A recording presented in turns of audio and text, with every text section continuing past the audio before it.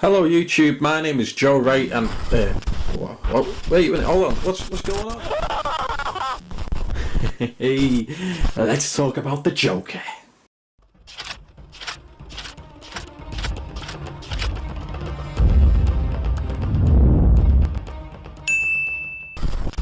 The Joker movie is absolutely phenomenal.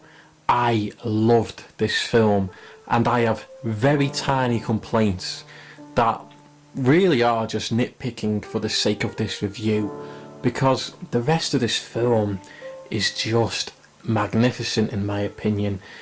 It is less about a super villain who, wants to destroy Gotham City. It's much more about a man slowly going insane.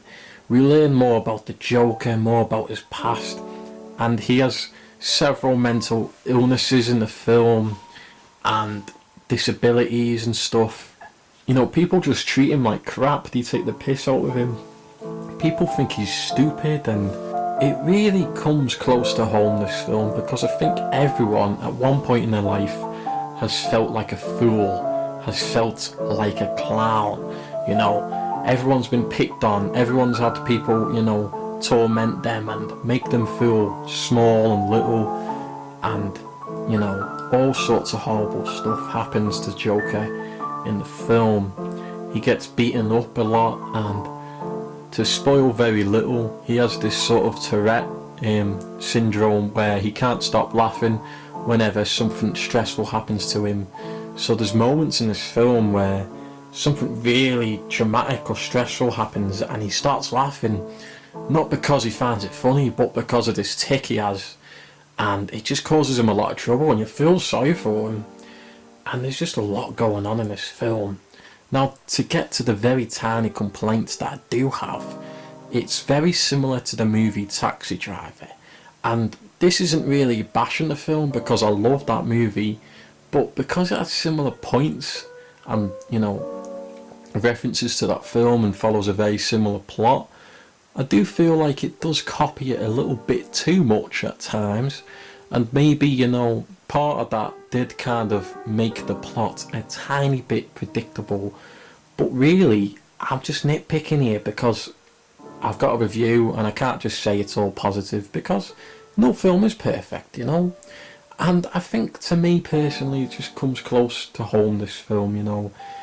It's about a guy just trying to get through his life, and people just pick on him and tease him and all this stuff. And I make it sound kind of childish on this video, but when you really watch it, you just find out a lot of really dark and disturbing things about Joker. And you can't really blame him for lashing out. And it's kind of like the movie Spider-Man 1, where Tobey Maguire in that film, he's slowly, going a bit bad. He starts letting criminals get away with things, and he almost kills that guy, doesn't he?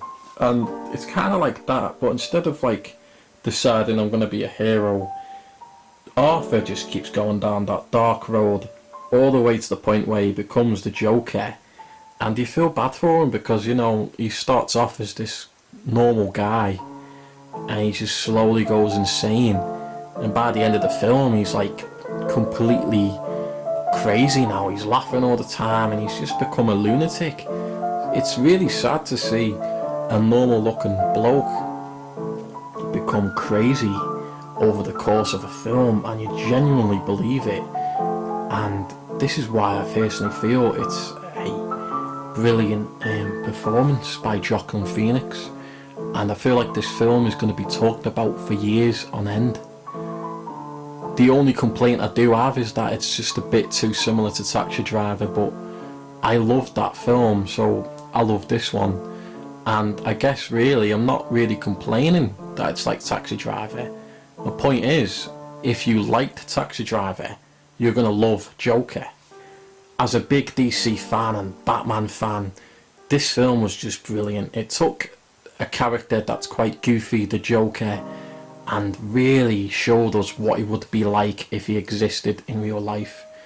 And it's a real good, film about the mind of a crazy person, what makes someone tick, what makes someone snap. and you know, I think we've all come close to that edge. So it's a really interesting film, and I guarantee if you watch this, you're gonna love it. Thanks for watching my review. I'll see you guys later.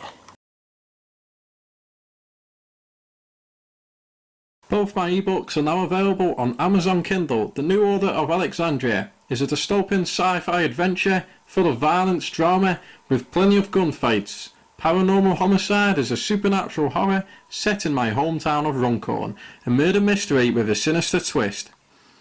Both of my books are 18 plus, so you never miss out on the dark and gritty details. Don't forget to follow our Facebook page, The New Order of Alexandria, for everything NOA.